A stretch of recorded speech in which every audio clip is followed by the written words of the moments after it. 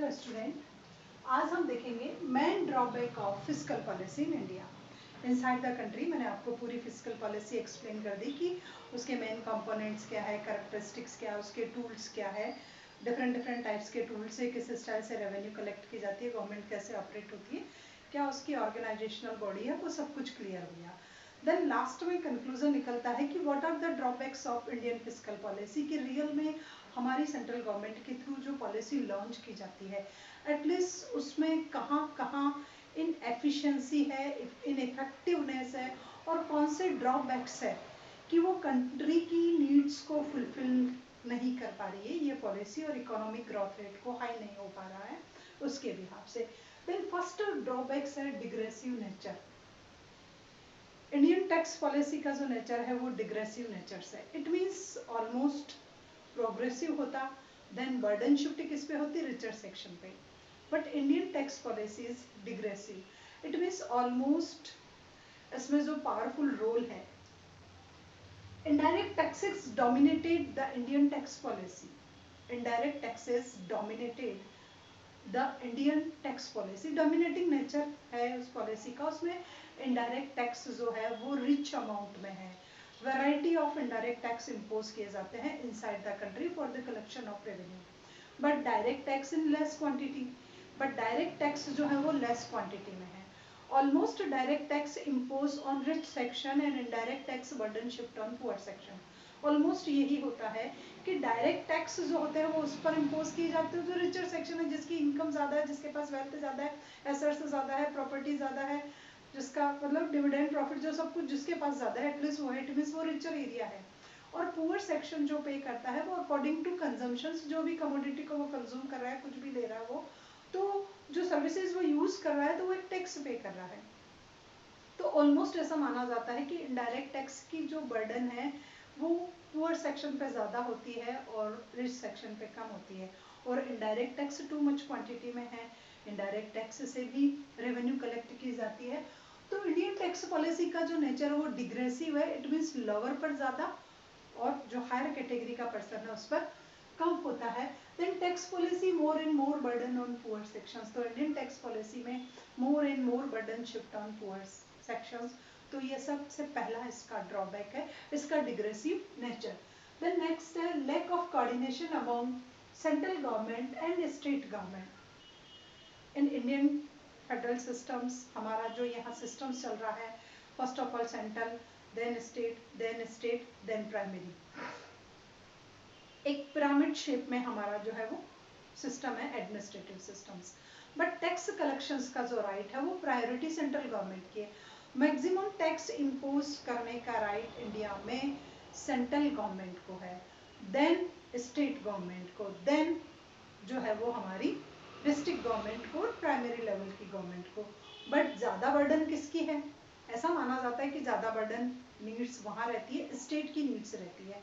तो स्टेट और फिर सेंट्रल गवर्नमेंट में कोऑर्डिनेशन नहीं होता है, स्टेट गवर्नमेंट की नीड्स को फुलफिल नहीं कर पाती है central government. Then in Indian tax systems main sources of tax with central government, almost जो मेन सोर्सेज है टैक्स के it is in the favour of central government. उनको कलेक्ट करने का राइट जो है वो सेंट्रल गवर्नमेंट्स का है, and state depend on their needs on central government, और स्टेट्स अपनी नीड्स के लिए सेंट्रल गवर्नमेंट को पर डिपेंड रहता है। देन स्टेट और सेंटर के बीच में अगर कोऑर्डिनेशन नहीं हो पाता है तो बेटर यूटिलाइजेशन नहीं होता है जो पब्लिक रेवेन्यू कलेक्ट की जाती है। तो इन दोनों में लैक ऑफ कोऑर्डिनेशन होने की वजह से टैक्स रेवेन्यू का बेटर यूटिलाइजेशन नहीं हो पाता है। नेक्स्ट आता है lack of elasticity in taxation. Indian tax system में इलास्टिसिटी नहीं है, it means tax system can not change according to desire conditions and place. आप उसको उतना जल्दी चेंज नहीं कर सकते हो कि एकदम आपकी डिजायर इंक्रीज हुई और आपने कुछ रेट्स हाई कर दिया, कुछ वेरियस टाइप्स का अदर इलास्टिसिटी नहीं है, और आपकी नीड्स कम हो गई तो आप उसमें बैकवर्ड शिफ्टिंग नहीं होते हो, और नीड्स हाई हो गई तो आप फॉरवर्ड शिफ्ट नहीं हो सकते हो। Then lack of elasticity in Indian tax systems, उसमें फ्लक्चुएशन नहीं कर सकते आप, उसको डिजायर के अकॉर्डिंग चेंज नहीं कर सकते। Then revenue from the tax system is not adequate according to the needs of Indian country and Indian economy. और टैक्स से जो इनकम कलेक्ट की जाती है वो इनएडिकेट अमाउंट में होती है, प्रॉपर नहीं होती, सफिशिएंट अमाउंट में नहीं होती, उससे टोटल प्रोग्राम्स को लॉन्च नहीं किया जाता। तो इलास्टिसी नहीं है, आप उसमें चेंज करने का आपको इतना जल्दी राइट्स नहीं है और चेंजेस पॉसिबल भी नहीं है। उसके बाद है increasing burden on non developing expenditure almost inside the country. मैंने आपको बताया था एक्सपेंडिचर कितने टाइप्स के होते हैं, then there are 2 types of expenditure, development and non development. Then increasing the burden of non development expenditure inside the country. हम देखें तो हमारी जो पब्लिक रेवेन्यू है उसका maximum part non development expenditure में चला जाता है। फॉर एग्जाम्पल डिफेंस पे बहुत ज़्यादा पोर्शंस जो है हमारा पब्लिक रेवेन्यू का वो जा रहा है। एडमिनिस्ट्रेशन जो भी हमारे मिनिस्ट्रेट है, मिनिस्ट्रीज है, कैबिनेट मिनिस्टर्स है, उनके अलाउंसेज, उनकी सैलरी, डिफरेंट डिफरेंट टाइप्स के डिपार्टमेंट, वहाँ जो है सैलरी और अलाउंसेज में, तो गवर्नमेंट एडमिनिस्ट्रेशन को मेंटेन करने में चला जाता है।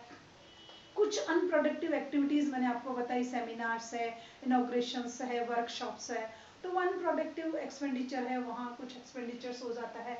रिलीफ एक्टिविटीज है, एटलीस्ट वो वेलफेयर के लिए जरूरी है, but these are also unproductive expenditures. तो कुछ रिलीफ प्रोग्राम्स जो है जब क्लेमिटीज आ जाती है तो करने पड़ते हैं। तो ये सब जो है वो नॉन प्रोडक्टिव एक्सपेंडिचर को इंक्रीज करते हैं। In government neglect development activities inside the country, government development activities को कंटिन्यूस नेग्लेक्ट कर रही है। तो this is the another drawbacks of Indian fiscal policy की इनसाइड द कंट्री डेवलपमेंट पर इतनी ज्यादा कंसिडरेशन गवर्नमेंट की नहीं है और non development expenditure continuous high amount में है। Inefficiency and corruption in tax administration almost inside the country अगर हम देखते हैं तो हमारा जो टैक्स का एडमिनिस्ट्रेशन है उसमें टोटल डिपार्टमेंट करप्ट है। ये इंडिया में कहते हैं ना, ऑल वर्ल्ड में हर थर्ड पर्सन जो करप्ट है वो इंडिया से है, हर तीसरा आदमी जो है वो भारतीय करप्ट है।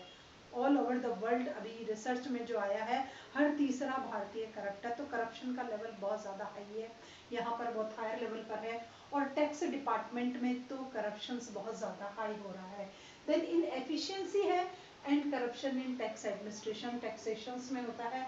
High volume of tax evasion inside the country, high volume of tax evasion चल रहा है। लोग टैक्स से बचना चाहते हैं, उसके लिए वो कुछ इलीगल एक्टिविटीज करते हैं, किसी को जो है वो ब्राइब वगैरह देते हैं। Encouraging black money inside the country, लोग ब्लैक मनी कलेक्ट करते हैं। डायरेक्ट ट्रांजेक्शन्स होता ही नहीं है, बैंक ट्रांजेक्शन्स नहीं करते हैं, ऑनलाइन ट्रांजेक्शन्स नहीं करते हैं, ऑनलाइन इनकम के सोर्सेज में भी इनकम नहीं जाती है। तो इंडिया में ये टोटल करप्शन इतना लार्ज स्केल का है कि उस वजह से पब्लिक रेवेन्यू जो है वो प्रॉपर कलेक्ट नहीं हो पाती है, गवर्नमेंट टैक्स की प्रॉपर इनकम कलेक्ट ही नहीं कर पाती है। जितनी इनसाइड द कंट्री इनकम का लेवल है उसके according tax payer inside the country available है ही नहीं है। उसके बाद है extravagant expenditure on tax revenue. Almost हमारी कंट्री में कुछ रेवेन्यू जब हम कलेक्ट करते हैं तो उस पर कुछ एक्स्ट्रावेजेंट एक्सपेंडिचर हो जाते हैं, वेस्टेज हो जाता है। तो public expenditure in India distinctly marked by extravagant and wastage. Almost जो एक्सपेंडिचर होते हैं उसका प्रॉपर यूटिलाइजेशन नहीं होता है। कहते हैं सरकार 1 रुपया खर्च करती है तो 5 पैसा पब्लिक तक पहुंचता है, तो ये कंडीशन है। वेस्टेज होता है डिफरेंट डिफरेंट टाइप्स का, जितने ज़्यादा मीडिएटर्स की चेन होती है उतना पैसा डिस्ट्रीब्यूट हो जाता है और पब्लिक वेलफेयर के लिए, डेवलपमेंट एक्टिविटीज़ के लिए लास्ट में बहुत कम जो मनी होती है वो पहुंच पाती है। अब ये सब रिसर्च की बातें हैं, देखो इसमें कितनी सच्चाई है कितनी सच्चाई नहीं है वो हम नहीं कह सकते, बट ये सब कुछ निकल करके आता है। तो हम डिफरेंट टाइप्स की न्यूज़ पढ़ते हैं, डिफरेंट टाइप्स के स्टेटमेंट देखते हैं, तो उनसे पता चलता है कि गवर्नमेंट ने जो रियल में खर्च किया है वो रियल में डायरेक्ट चेन होती है बीच में, इस वजह से डायरेक्ट उतना पैसा नहीं पहुंच पाता है। पब्लिक लीडर्स जो होते हैं and bureaucrats spend money quite mercilessly to serve their self interest. Almost जो पब्लिक के लीडर्स होते हैं, मीडिएटर्स होते हैं, ब्यूरोक्रेट्स होते हैं, वो सब अपने पर्सनल इंटरेस्ट के लिए गवर्नमेंट मनी का यूटिलाइजेशन करते हैं। उनका इंटरेस्ट किस फील्ड में है, एटलीस्ट वहीं वो एक्सपेंडिचर कर दिए जाते हैं। And even bribery, corruptions, inefficiency are rampant. और ये जो है वो मोस्ट इंपॉर्टेंट कंपोनेंट्स हो गए हैं अब हमारी फिस्कल पॉलिसी का। करप्शंस, ब्राइब्स और इनएफिशिएंसी, ये सारी चीज़ें हमारी फिस्कल पॉलिसी का एक जो है उसको बहुत लूज बना देती है। उसके बाद आता है increase expenditure on tax collection, और ऑलमोस्ट हमारी जो गवर्नमेंट के एक्सपेंडिचर हैं वो टैक्स कलेक्शन पे कंटिन्यूस इंक्रीज होते जा रहे हैं। Increase expenditure on tax collections, जो डिफरेंट टाइप्स के हमारे टैक्स कलेक्शंस के जो डिपार्टमेंट होते हैं, जब वो टैक्स को कलेक्ट करते हैं तो कलेक्शन के लिए जो डिपार्टमेंट रखा, जो एडमिनिस्ट्रेशन रखा, उसके खर्चे इतने, उनके एक्सपेंडिचर इतने ज़्यादा हाई होते हैं कि जो रेवेन्यू कलेक्ट होकर के आती है एटलीस्ट उसका एक बहुत बड़ा पार्ट तो कलेक्शंस में ही चला जाता है। तो एक ये भी बर्डन है कि increasing expenditure on tax collection, कि inside the country tax collection पर जो एक्सपेंडिचर हो रहे हैं वो बहुत रैपिड रेट से इंक्रीज हो रहे हैं। उसके बाद है small share in national income, कि इनसाइड द कंट्री हमारी गवर्नमेंट की जो नेशनल इनकम है उस नेशनल इनकम में टैक्स जो रेवेन्यू है, उस टैक्स रेवेन्यू का जो पोर्शन है या परसेंटेज है वो बहुत ही लोअर है इनसाइड द कंट्री। जब हम टोटल नेशनल इनकम की बात करें तो टैक्स से रेवेन्यू का पोर्शन बहुत लोअर है। तो ये भी एक ड्रॉबैक है कि टोटल जो हमारी इनकम होती है उसमें टैक्स का कॉन्ट्रीब्यूशन बहुत कम है। उसके बाद है increasing dependence on deficit financing, हमारी जो डिपेंडेंस है वो इंक्रीज हो रही है किस पर, डेफिसिट फाइनेंस पर। ऑलमोस्ट गवर्नमेंट अपने एक्सपेंडिचर को फुलफिल करने के लिए आरबीआई पे डिपेंड है। आरबीआई को न्यू नोट्स जो है वो इश्यू करने का राइट्स दे देती है, और न्यू नोट्स जो होते हैं वो कंट्री में मनी की सप्लाई को इंक्रीज कर देते हैं। गवर्नमेंट किसको फॉलो करती है, जब बजट में रेवेन्यू लोअर होती है और एक्सपेंडिचर हाई होते हैं तो गवर्नमेंट डेफिसिट बजट को अडॉप्ट करती है। डेफिसिट बजट में गवर्नमेंट आरबीआई के बिहाफ पे न्यू नोट्स इश्यू करवाती है, और ये न्यू नोट्स जो है इनसाइड द कंट्री मनी की सप्लाई को हाई करते हैं। और मनी की सप्लाई का एक ड्रॉबैक्स या एक डिसएडवांटेज है कि it increase inflation inside the country. inflation rate high, then price level also high, inside the country price level high हो जाता है। तो ये सब डेफिसिट फाइनेंसिंग को अडॉप्ट करने का एक ड्रॉबैक क्रिएट होता है। उसके बाद है हैवी एक्सपेंडिचर ऑन डिफेंस।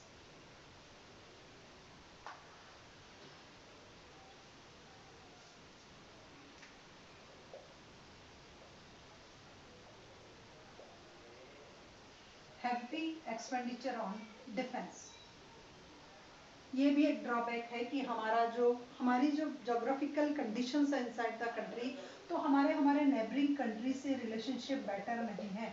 तो नेबरिंग कंट्री से रिलेशनशिप बेटर नहीं होने के कारण एवरी टाइम हमारी गवर्नमेंट को ये एक टेंशन ही मान लीजिए कि हम सेफ है या नहीं है। इसलिए डिफेंस पर इंटरनेशनल लेवल पर जो भी हमारी एनिमी नेबरिंग कंट्री है उनके अकॉर्डिंग हम अपने लेवल को इंक्रीज करते जाते हैं कि चाइना में क्या आया, पाकिस्तान में क्या आया, बांग्लादेश में क्या आया, नेपाल में जो आया, उसके अकॉर्डिंग हम हमारे फोर्स को, जो डिफेंस फोर्स है एटलीस्ट उसको स्ट्रॉन्ग बनाते हैं। तो उसको स्ट्रॉन्ग बनाने के लिए हमें बहुत ज़्यादा खर्च करना पड़ता है वो टोटल इक्विपमेंट्स परचेज करने के लिए। उसके बाद है increasing burden on public debt. Inside the country एक ड्रॉबैक ये है कि increasing burden on public debt and interest. At least Indian government पर एक तो पब्लिक डेप्ट की बर्डन बढ़ रही है, इंटरेस्ट की बर्डन बढ़ रही है। पब्लिक डेप्ट में आप एक्सटर्नल और इंटरनल दोनों सोर्सेज को ले सकते हो। नेशनल लेवल पर वर्ल्ड बैंक, आईएमएफ, डब्ल्यूटीओ इनसे लोन ले रखा है। उसके बाद इंटरनल लोन में टाटा बिरला, रिलायंस, अडानी जो भी है उन कंपनी से लोन ले रखा है। तो ये लोन की बर्डन कंटिन्यूस इंक्रीज होती जा रही है। तो this is the drawbacks of our fiscal policy, किस स्टाइल से मेंटेन करना चाहिए था कि इतनी पब्लिक डेप्ट लेने की हमारी रिक्वायरमेंट ही नहीं होती। और इस पब्लिक डेप्ट के इंटरेस्ट को पे करने में पर ईयर जो इंटरेस्ट जाता है उसकी बर्डन बहुत ज़्यादा हाई है। तो ये भी हम कहेंगे कि जब आप यहाँ पैदा होते हो तो ऐसा माना जा रहा है कि 3000 रुपीज़ के लोन की गवर्नमेंट ने आप पर क्रिएट कर रखी है। अलग अलग रिसर्च पेपर पढ़ते हैं तो कुछ अलग अलग बातें आती हैं, कहीं ये 3000 है तो कहीं 2500 है तो कहीं 1500 है, बट ऑलमोस्ट एक एस्टिमेशन है कि 3000 रुपीज़ की बर्डन पर जो है पर्सन पर इनसाइड द कंट्री गवर्नमेंट ने क्रिएट कर रखी है। उसके बाद है अनएक्सेप्टेड फॉरेन डेप्ट की बर्डन वो आपको इसी में शिफ्ट कर दी गई है मैंने। उसके बाद है instability inside the country. Instability है, फिजिकल पॉलिसी का मेन जो पर्पस होता है वो स्टेबिलिटी मेंटेन करना होता है।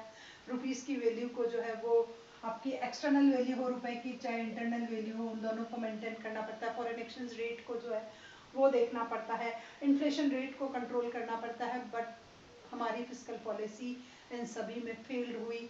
It can not capable to control the stability inside, can not controlled instability inside the country. Fluctuation को नहीं रोक पाए, ट्रेड साइकिल चलते हैं, बूम और क्राइसिस की सिचुएशंस आती है, तो ये सब इसकी इनस्टेबिलिटी को शो कर रहा है कि ये नहीं हो पाई। और डिसइक्वलिटी कंटिन्यूस कंट्री में बढ़ रही है, रिचर और पुअर सेक्शंस के बीच। अनदर ड्रॉबैक्स है increase economic disparities. Poor section और हमारा रिचर सेक्शन है, उनका बीच का जो गैप है वो कंटिन्यूस इंक्रीज हो रहा है, उन दोनों की डिस्पैरिटीज इंक्रीज हो रही है। और गवर्नमेंट पब्लिक फिजिकल पॉलिसी के बिहाफ पे इक्वलिटी को मेंटेन नहीं कर पाई, सोशल जस्टिस को मेंटेन नहीं कर पाई, लॉ और ऑर्डर मेंटेन नहीं कर पाई, इन्फ्लेशन को कंट्रोल नहीं कर पाई। कंटिन्यूस फिजिकल डेफिसिट जो है वो भी अनदर ड्रॉबैक्स है कि कंटिन्यूस हम डेफिसिट को फॉलो कर रहे हैं, डेफिसिट फाइनेंसिंग को अडॉप्ट कर रही है गवर्नमेंट। टैक्स से रेवेन्यू कलेक्ट जितनी होनी चाहिए उतनी नहीं हो रही है, ब्लैक मार्केटिंग कंटिन्यूस इंक्रीज होना, करप्शन का लेवल हाई होना, ये सब हमारी फिजिकल पॉलिसी के मेन ड्रॉबैक्स है। Then the lesson is complete.